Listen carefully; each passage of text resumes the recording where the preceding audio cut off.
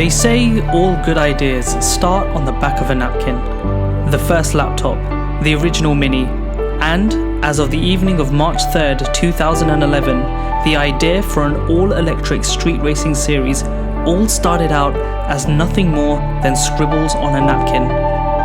Written in just a few words in a restaurant in Paris were the beginnings of what would become the world's first all-electric international single-seater championship, the beginning of Formula E, authored by none other than FIA President Jean Todt and Spanish businessman Alejandro Agag. Together, the two developed the series as a means to demonstrate the potential of sustainable mobility to help create a better and cleaner world.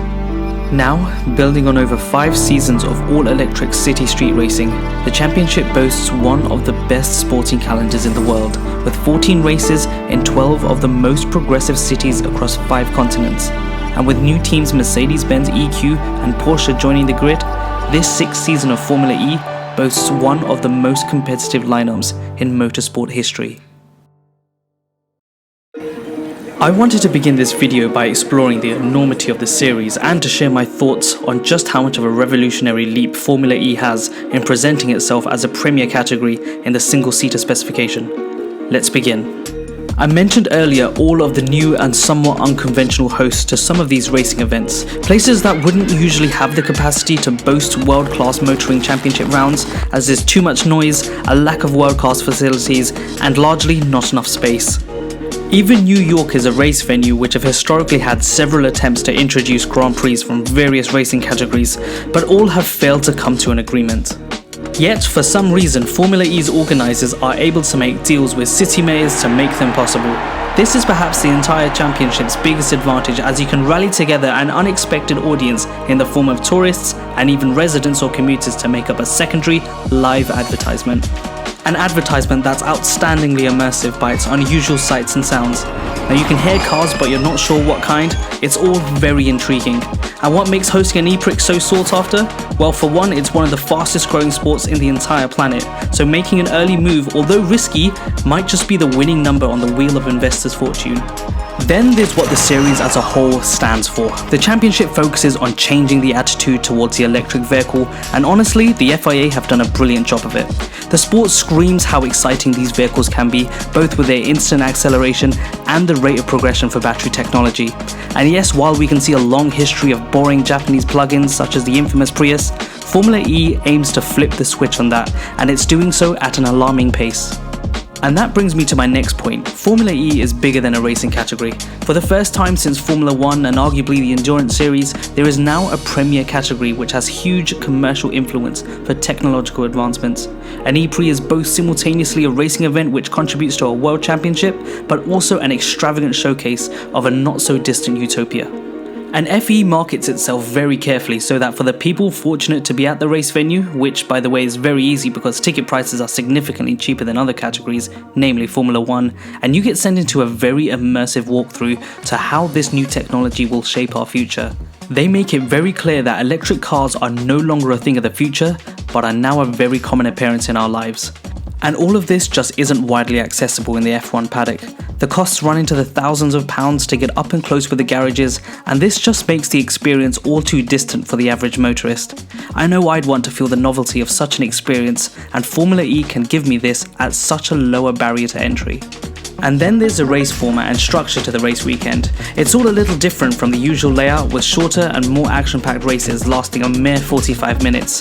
The shorter sprint races paves the way for some of motorsport's closest wheel-to-wheel action, and some of its clumsiest.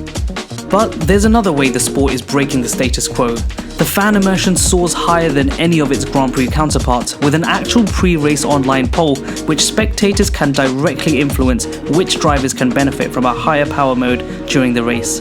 Meaning, if you're a likable character among the paddock, then it's likely that race after race you'll benefit from this short power boost, which can definitely make the difference between winning and losing. And that's not all. Imagine, if you will, the original Super Mario Kart, where you could drive over a certain off-the-racing line section of the track and suddenly get an incredible shot of power to overtake your mates. Well, that trick just got taken out of the textbook, and it's made its way into this series, much to the dismay of Luigi. Yes, you can see this as cheesy gimmicks and not true man and machine racing, but I think it's time we had some variation in higher tier motorsport. But F1 is the pinnacle of motorsport, I hear you ask. There's no denying it, Formula 1 occupies the top spot when it comes to motor racing, as much of what is revolutionized there happens to trickle its way down to the various feeder series, and it will most definitely remain that way forever. But Formula E isn't a direct feeder series into F1 in the same way that F2 and F3 are. It's its own segment entirely, and one which is spearheading a new direction for the automotive circuit as a whole. There's also no denying that the FIA have been pressured to encourage its series to use greener technology more so in the past 4 years than it has in the past 2 decades. In the most recent rule overhaul in 2014, we saw the most dramatic reduction in engine size and the simultaneous implementation of cleaner hybrid technology. And the most recent major rule changes were announced in October 2019, and unsurprisingly, there is a greater push to greener technology, of which may include some form of electric powertrain.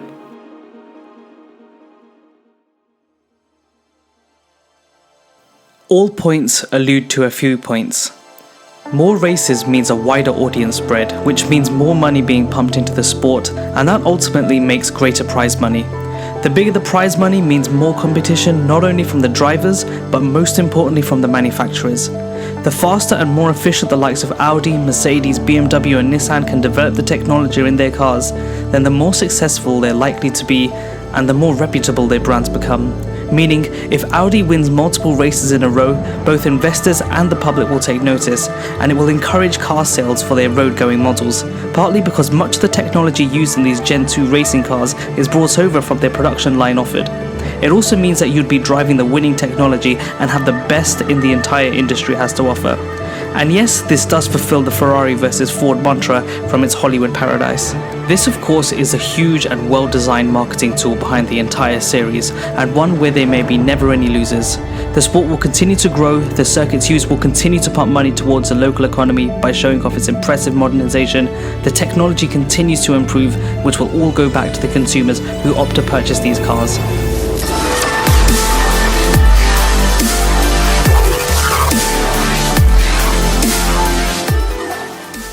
If I'm being completely honest, the whole series is a complete success in terms of what it has set out to achieve. As a long fan of the flagship F1 Championship, I've wished for a closer battle for wins and more unpredictability.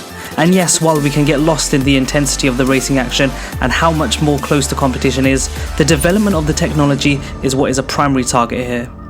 You see, Formula E are very keen to show off this rate of development, as the cost of producing these powertrains is significantly reducing month after month. It means that the automotive industry is being rivaled by smaller and newer startup companies, which is an industry first considering the tight grip the existing manufacturers already have on the market. The likes of Tesla are just the beginning of it, and somewhat even the face, and for too long now has battery life dwindled the purchase of these road-going models. But now, with even mainstream manufacturers picking up the baton for this new technology, I just can't help but wonder what's next.